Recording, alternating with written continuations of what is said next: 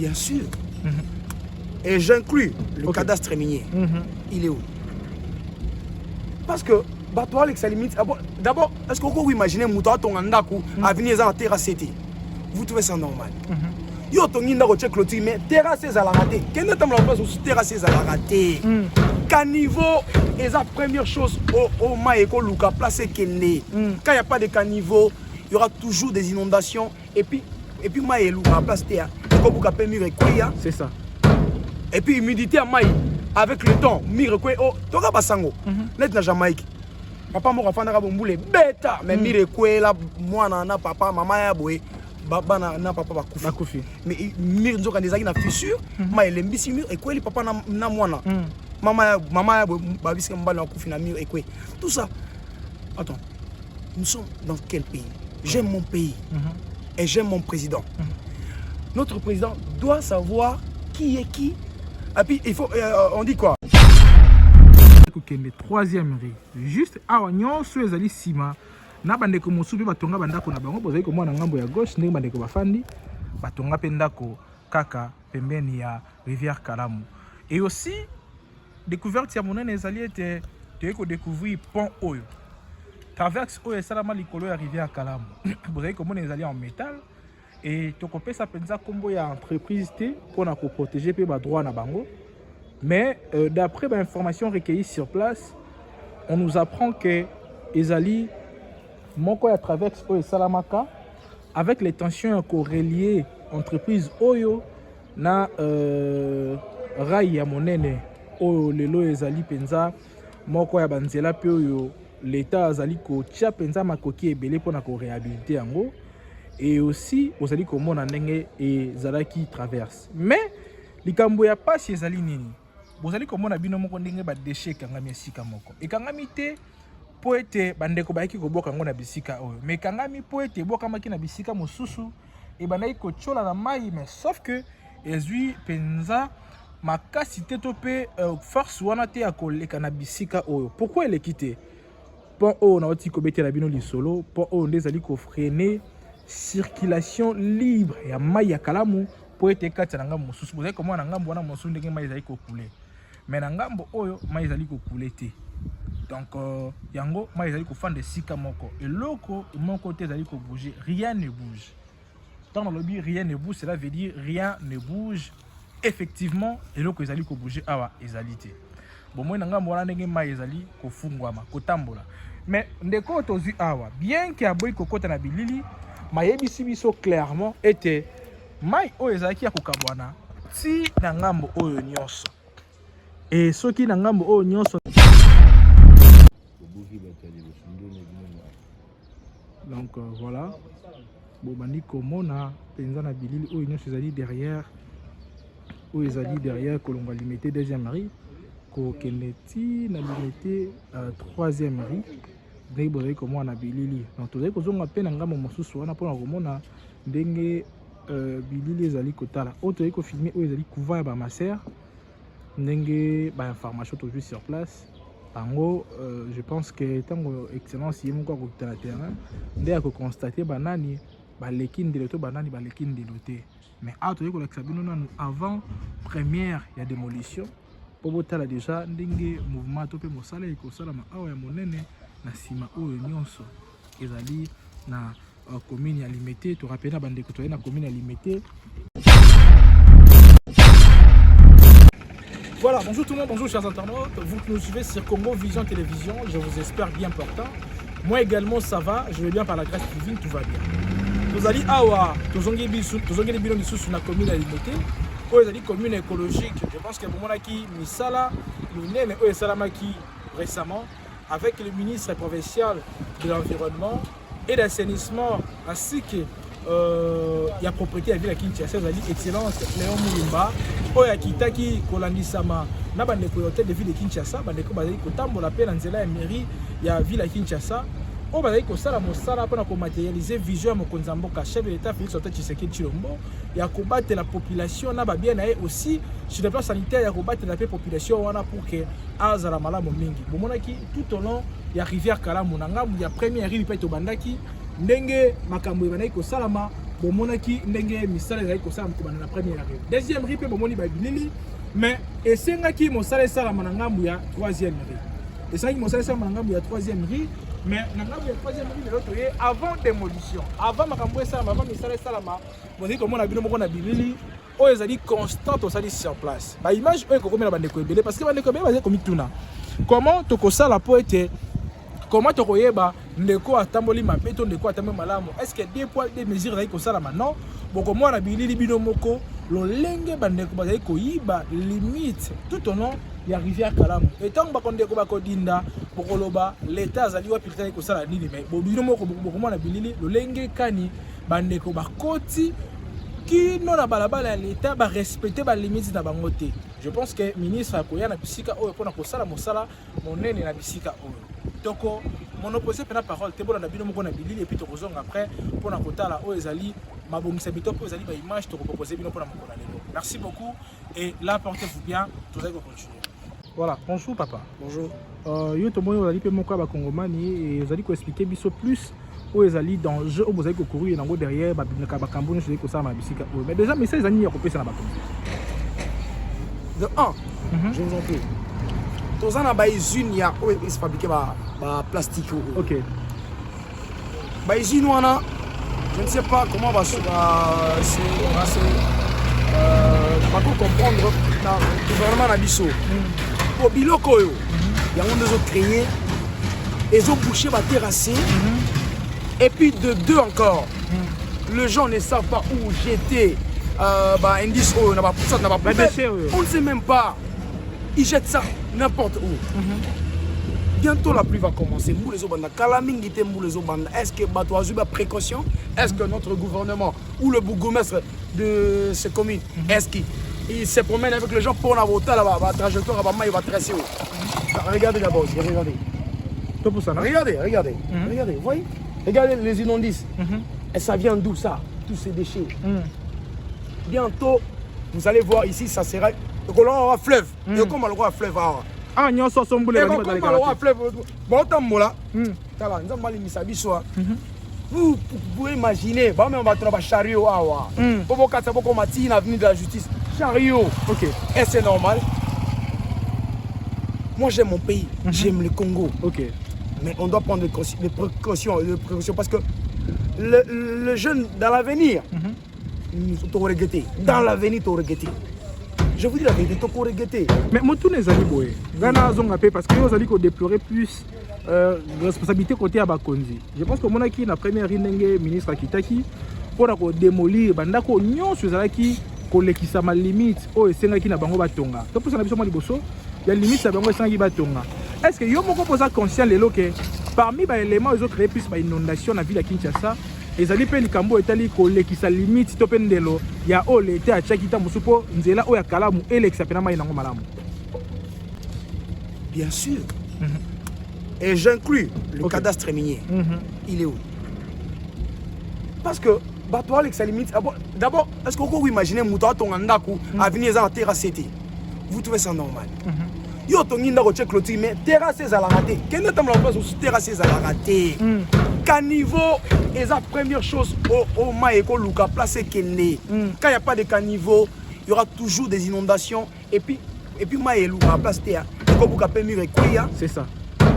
Et puis humidité à Maï avec le temps, Mirekwe oh, toka basango. Net na Jamaïque.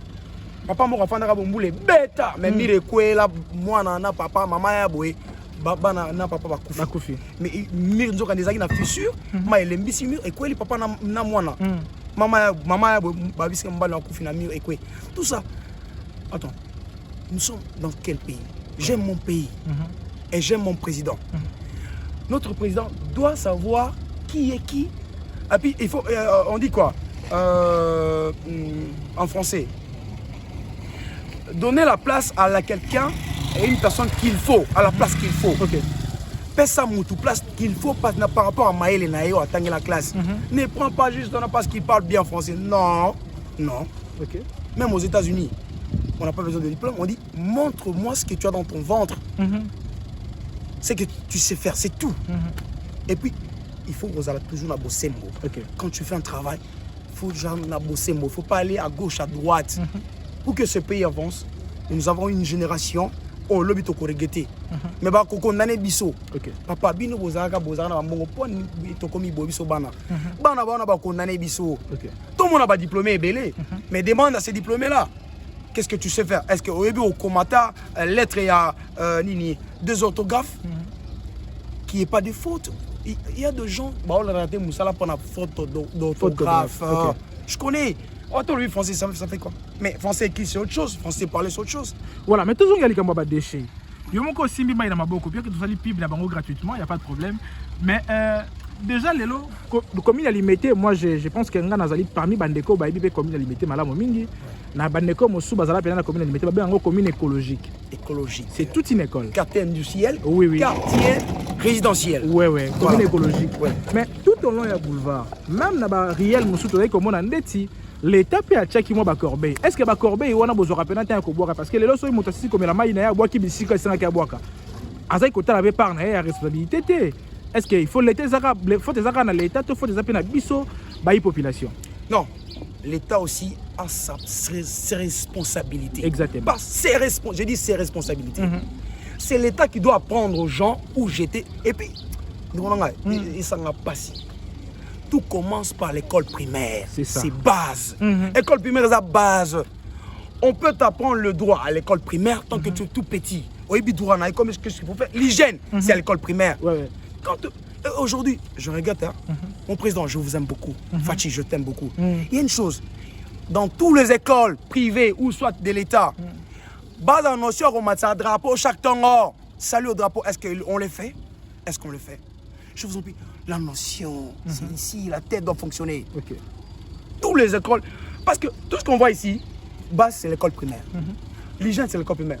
Un enfant à l'école, moi j'ai étudié à l'ICASI. J'étais étudiant, j'ai fait mes écoles maternelles à la GECAMINE. Mon père était cadre de la GECAMINE. Mais quand nous apprenons où on peut jeter les immondices, il y a une poubelle à côté de l'école. À l'entrée et à la sortie, il y a une poubelle. On peut jeter ça. Mais aujourd'hui, est-ce que dans vos écoles d'abord, vous apprenez les enfants ou on peut jeter ça? Là-bas, c'est l'école primaire et maternelle. N'allez pas loin. Toutes ces écoles. Moi, je peux entrer dans quelque... Est-ce que... Bazan a drapeau nabiso. Bazan a drapeau nabiso. Tout ce que tu vois. Apprenez les enfants à l'école. Regardez. Ok. Regardez.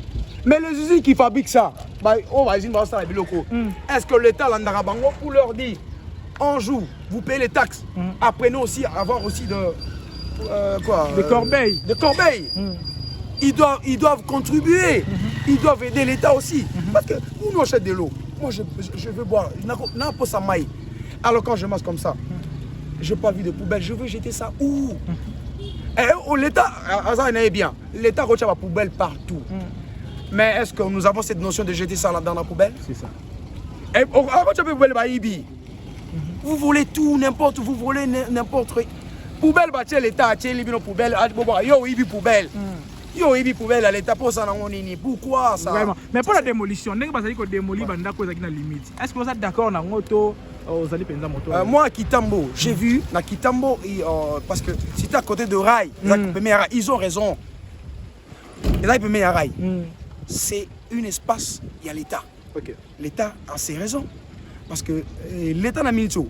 Ils sont tous ça semblant. Est-ce que vous avez à l'État, même dans les camps militaires? Est-ce que vous savez, tout autour des camps militaires, les gens construisent des maisons, il n'y a pas de terrassés? Allez voir. Moi, allez voir.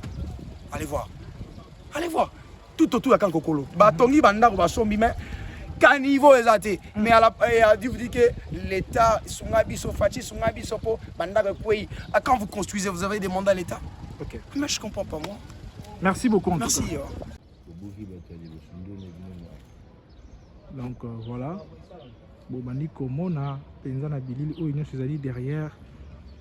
Où ils allaient derrière Kolonga limité deuxième mari. Keneti na limité troisième riz ndenge bozali komona bilili donc tozali kozonga mpe na ngambo mosusu wana mpona komona ndenge bilili ezali kotala oyo tozali kofilme oyo ezali couvent ya bamaser ndenge bainformation tozwi sur place bango je pense que ntango excellence ye moko akokita na terrain nde akokonstate banani baleki ndelo to banani baleki ndelo te mais awa tozali kolakisa bino nanu avant première ya démolition po botala déjà ndenge mouvement to pe mosala ekosalama awa ya monene na nsima oyo nyonso ezali na commune ya Limete. To rappelle na bandeko to na commune ya Limete première rue d'Ilandos, donc na ngambu ya industriel ndenge tozali awa. Donc na niveau oyo quand même mai ezali kokule, mais ezosenga na mai efungwama monene po ete ko battre la population derrière non seulement sécurité sanitaire mais aussi sécurité ya oyo etali makambo ebele, et puis mai tango ezali ko circuler pe librement et battre la population na makambo mosusu. Donc voilà, nga mosusu ko mona mai ekoti nga mosusu mai ekondi nyonso wana ezali po ete bandeko bazali kosala misala to pe bazali kotonga nzinga ya rivière Kalamu. Ni bozali komona bilili bazali kolakisa bino ndenge kani mosala ezali kosala matope mosala monene oyo ekosala na bisika oyo bandeko ebele bazali kokondane bakonzi misusu bazali koencourager, mais il faut kotala plus tosali belema oyo mpona bandeko bazali kodécourager bakonzi bazali kolela ete bakonzi bazali kosala penza mosala te. Botala bino moko na bilili oyo ezali mosala monene bakonzi na biso bazali kosalela biso na baengomba. Mokonzi Kinshasa oyo ezali ministre Léon Mulumba azali kosala ya monene oyo akoya pe na bisika oyo, parce que tobandaki na première rue na rappelé na bandeko ete tobandaki na première rue toye kopusa na malembe mpona kotala nyonso. Donc voilà, bozali komona bino moko nyonso na bilili, bozali komona bino moko nyonso na bilili. Donc voilà, toye kopusa na koto o mai ekondi na niveau oyo mai ekondi nini ekondisi mai bino moko bozali kotala na bilili bokopesa biyano nini ekondisi mai bokopesa biso biyano eloko nini ekondisi mai jusqu'à ce point ezali pena moko ya badécouverte tozali kosala na milieu oyo to pe na espace oyo bozali komona bino moko na bilili. Donc voilà, ezali pena mosala monene ezali kosala mara.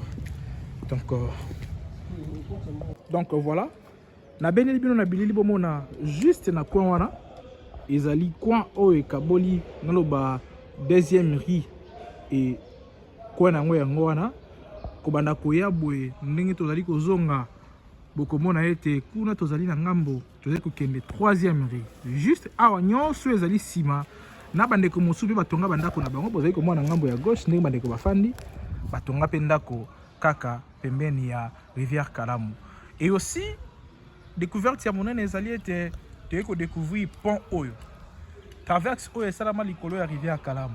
Bozali komona ezali en métal et tokopesa penza kombo ya entreprise te mpona koprotéger pe badroit na bango, mais d'après l'information recueillie sur place on nous apprend que ezali moko ya traverse oyo esalamaka avec les tensions ya korelier entreprise oyo na rail ya monene oyo lelo ezali penza moko ya banzela pe oyo l'État azali kotia penza makoki ebele mpona koréhabiliter yango, et aussi ozali komona ndenge ezalaki traverse. Mais likambo ya pasi ezali nini? Bozali komona bino moko ndenge badeshe ekangami esika moko ekangami te po ete bandeko bayaki koboka yango na bisika oyo, mais ekangami po ete ebokamaki na bisika mosusu ebandaki kotiola na mai, mais sauf que ezwi penza makasi te to pe force wana te ya koleka na bisika oyo. Pourquoi eleki te? Pont oyo naoti kobetela bino lisolo, pont oyo nde ezali kofrene circulation libre ya mai ya Kalamu po ete kati na ngambo mosusu. Bozali komona na ngambo wana mosusu ndenge mai ezali kokule, mais na ngambo oyo mai ezali kokule te.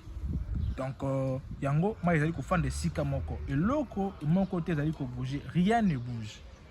Dans le lobby rien ne bouge, cela veut dire rien ne bouge effectivement eloko ezali kobouger awa ezali te. Bon moi nanga mwana ndenge mai ezali kofungwama kotambola, mais ndeko tozui awa bien que aboyi kokota na bilili mayebisi biso clairement ete mai oyo ezalaki ya kokabwana ti na ngambo oyo nyonso, et soki na ngambo oyo nyonso nzela ekangama bandeko bazaka su na possibilité te ya kocirculer même na nzela ya makolokolo ngwa troisième rue kino bakoma na deuxième rue ezali ete po ete bamakambo nyonso ezwa te ya kosekréer na bisika oyo, et l'état na ministre ya environnement nde bazali kosala mosala monene oyo bokomona ordre oyo kozonga awa oyo tolakisi bino avant démolition na après démolition, parce que bandeko bazali komituna est-ce que bozokita ya koavertir nyonso wana ezali bamituna bino bozali kotuna, mais aussi ekozala pe moko ya makambo oyo tokoyela bino après pona koluka koyeba lolenge kani makambo ezali kotambola.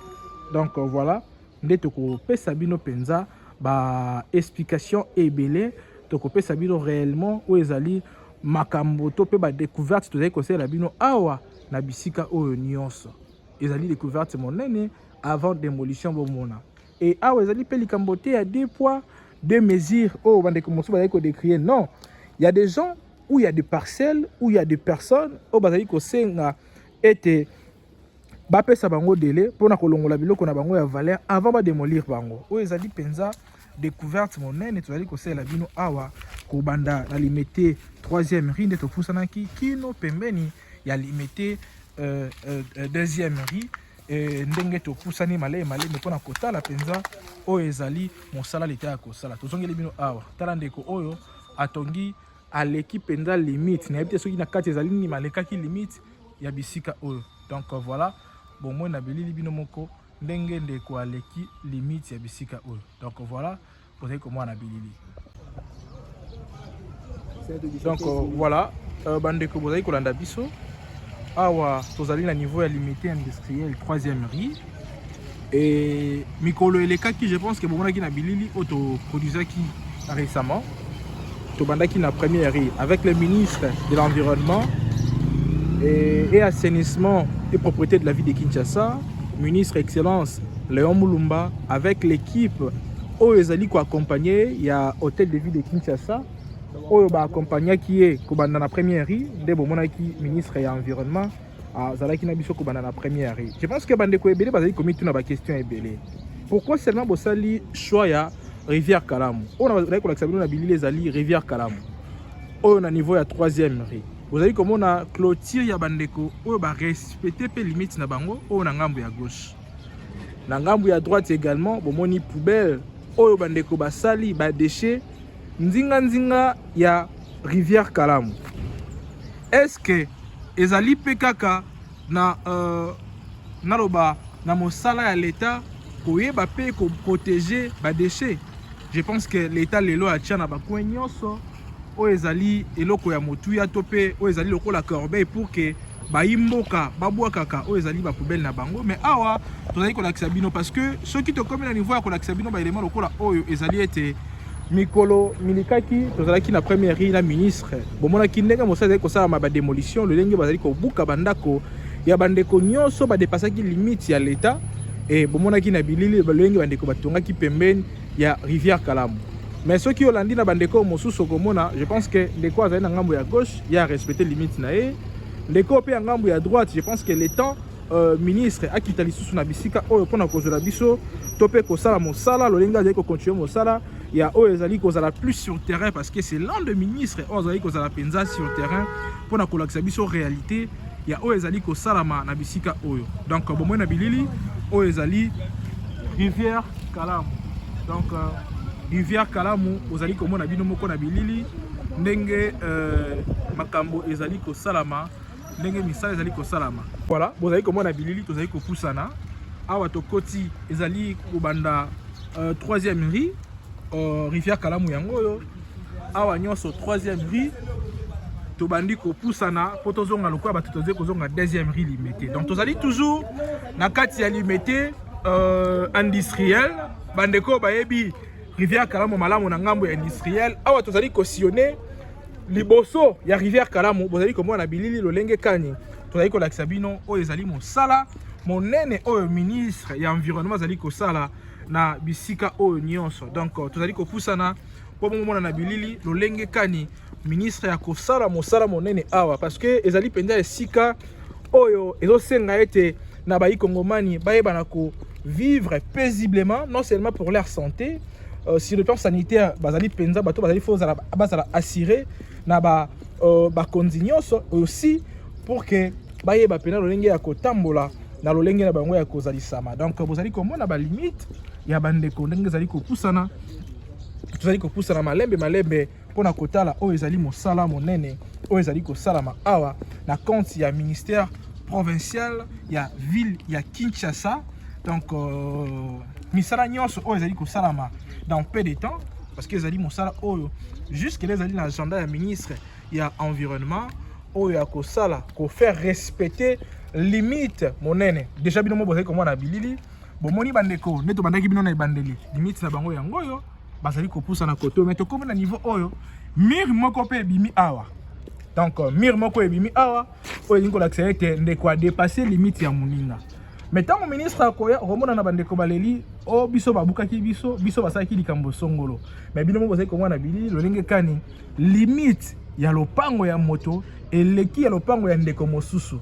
Donc oyo pe ezali moko ya mosala oyo engin to pe bulldozer oyo ezali kokoyisa ba ekuke ya bandeko ekoya kosala esu mosala kote oyo wane kozala plus likambo bandeko bakosolola parce que d'après ba information to suis sur place ezali pe moko ya ba entreprise oyo ezali pe koivrer na kati ya mboka na biso. Donc tozali kokatisa pour te faire découvrir bino oyo ezali ba en vent première ya démolition kotala lolenge kani misala ezali kosalama na lolenge oyo nyonso to pe bipanzi oyo nyonso na bangambo oyo. Donc bozali komona bilili lolenge makambo ezali kotambola tokotisi susu awa. Donc bomoni na bilili donc ndenge ndeko tongi juste koleka limite ya baninga awa na sima oyo. Donc bozali komona bilili voilà tozali kopusana malembe pona kolakisa bino oyo ezali bilili na ngambo ya 3e rue. Donc awa siko na sima ekei 3e rue qui ne kokende na 4e rue. Et tout rappelle na bandeko ete mosala oyo kosalama kobanda ndeto bandaki na 1e rue kino na 13e rue de ba image oyo nyonso ekozwama. Donc ezali penza mosala monene oyo ekosalama awa et toyei kolakisa bino avant première ya démolition ezali penza mosala monene oyo toyei kosala na bisika oyo. Donc voilà vous comment en exclusivité, vous comment en intégralité, vous allez mon sala, ça la bisika. Donc restez branchés, abonnez-vous sur Congo Vision pour ne rien rater, et puis vous allez penza informer à temps et à l'air pour na makambo ya minene to pe misala minene et pour ça la bisika. Voilà, tomorrow prochainement et là portez-vous bien, bye bye.